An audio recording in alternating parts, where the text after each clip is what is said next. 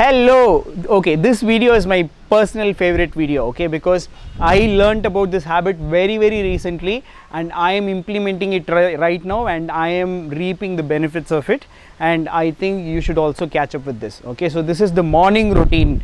So before I started this, I didn't even know what morning routine meant, because all I knew was wake up late, quickly get ready, somehow get ready, eat, gobble some food up and run to office is what I knew. I recently read in an article, was listening to a podcast. In that podcast also, it was very clearly told that all the successful leaders in the world, right from Bill Gates to Mark Zuckerberg to everybody, have their own morning routine. And I've been following Robin Sharma, this huge leader. He has written a book on waking up in the morning and doing things in the morning.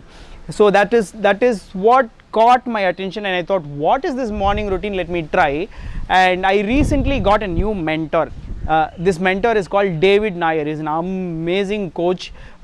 He one day while on the call asked me, John, what is your morning routine? I was like, blank, I don't know what. How much me time do you give yourself? I was like, blank. How much physical exercise do you do per day? I was like, I don't know. I keep doing exercises every now and then, but not every day. So then he said, John, do you eat 3 times a day? I said, yes. Then you should feed your brain and your physical body also.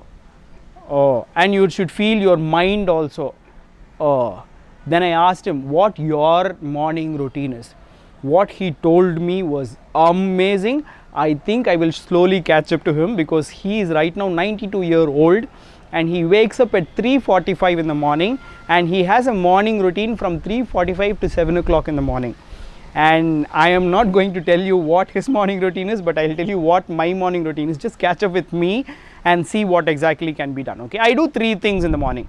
One is physical fitness, where I do things that are really sweaty and tiring and physically tiring, because I believe in exercising that way. Some people go for walks, some people go for smaller exercises, but I go running, and I do fast sprint running. Fast, like I'll finish my running in 10 minutes only, but I will become really tired and I will sweat a lot also. Right after that, that is for your external body. Then you go for your internal body. This is not the mind. Okay, so internal body, I do breathing exercises. Okay, I do a lot of breathing exercises, and there are a lot of ways of doing your breathing exercises. You can Google and you'll find breathing exercises. Then I do the most important thing, which is for your mind. And people say you have to meditate, you have to pray. There are different kinds of working with your mind. I prefer writing down. You remember from in the goals exercise, I asked you to write down things. So I prefer writing down, because I am really very distracted most of the times. So I can't zone in and meditate, so I start writing. I do 3 things in writing. One is my gratitude. I have a gratitude journal.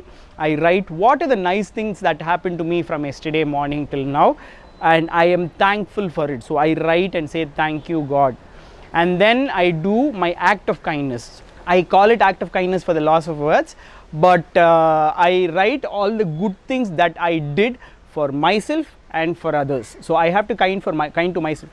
I have to be kind to myself also, right? So I have to be kind to myself, I have to kind to others, I have to help myself, I have to help others. Everything I will note down. So that gives me one pride, saying, oh my God, I am a very nice person. I am doing awesome things in this world.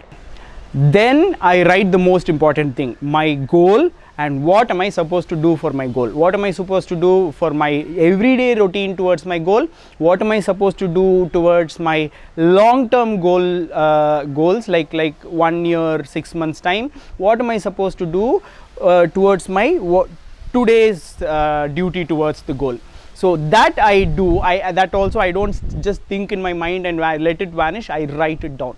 So I do this with my hands, with a pen and a paper. I don't type it down, because when I write it, it comes from my heart, is what I feel. And I don't know how it feels for you, but you can take any ways. But while you put these thoughts and write it down, you are actually giving it a shape to make it happen. So this is the first step before you actually do things.